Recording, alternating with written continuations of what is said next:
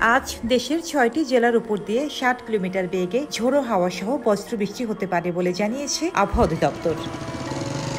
বৃহস্পতিবার সকাল 10টা থেকে সন্ধ্যে 6টা পর্যন্ত সময়ের জন্য এই সতর্কবার্তা জারি করা হয়েছে। এ সময় খুলনা, বরিশাল, পটুয়াখালী, নোয়াখালী, চট্টগ্রাম এবং কক্সবাজার অঞ্চলের নদী বন্দরগুলোকে ১ নম্বর সতর্ক সংকেত দেখাতে বলা হয়েছে।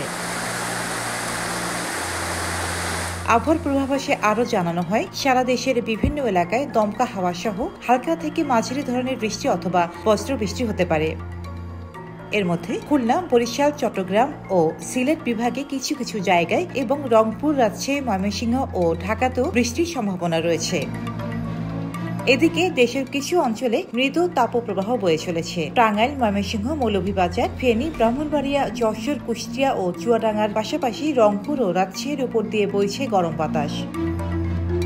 আবহাওয়া অধিদপ্তরের পূর্বাভাস অনুযায়ী এই তাপপ্রবাহ কিছু কিছু জায়গা থেকে প্রশমিত হতে পারে। রোজিনা রোজি, দেশকাল নিউজ।